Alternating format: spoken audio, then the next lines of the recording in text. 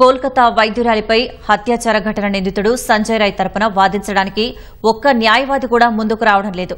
ఈ నేపథ్యంలో నిందితుడికి lie detector పరీక్ష చేయడం ఆలస్యమవుతోంది. పాలిగ్రాఫ్ పరీక్షకు సంబంధించిన శారీరక, మానసిక అంశాలపై రాయ్కి వివరించడానికి ఓ న్యాయ సహాయ సలహాదారుని సీబీఐ ఏర్పాటు చేసింది. కోల్కతాలో వైద్యురాలిపై అత్యాచారం చేసిన నిందితుడికి లై డిటెక్టర్ పరీక్ష చేయడం ఆలస్యమవుతోంది. నిందితుడు 33 ఏళ్ల సంజయ్ రాయ్కు పాలిగ్రాఫ్ టెస్ట్ చేసేందుకు ఇప్పటికే సీబీఐకి జిల్లా న్యాయస్థానం అనుమతి మంజూరు చేసింది. అయితే నిందితుడి తరపున వాదించేందుకు ఏ న్యాయవాది కూడా ముందుకు రావడం లేదు. అదే లై డిటెక్టర్ పరీక్ష ఆలస్యం అవ్వడానికి కారణంగా నిలుస్తోంది. లై డిటెక్టర్ పరీక్షకు సంబంధించి శారీరక, మానసిక అంశాలపై రాయ్కి వివరించడానికి ఓ న్యాయ సహాయ సలహాదారుని సీబీఐ ఏర్పాటు చేసింది. రాయ్ తన సమ్మతిని తెలిపిన తర్వాత సీబీఐ ఈ పరీక్ష నిర్వహించే అవకాశం ఉంది. అసాధారణ పరిస్థితుల్లో న్యాయవాదిని నియమించుకోలేని స్థితిలో నిందితుడు ఉన్నప్పుడు అతనికి న్యాయ సలహాదారులను నియమిస్తారు.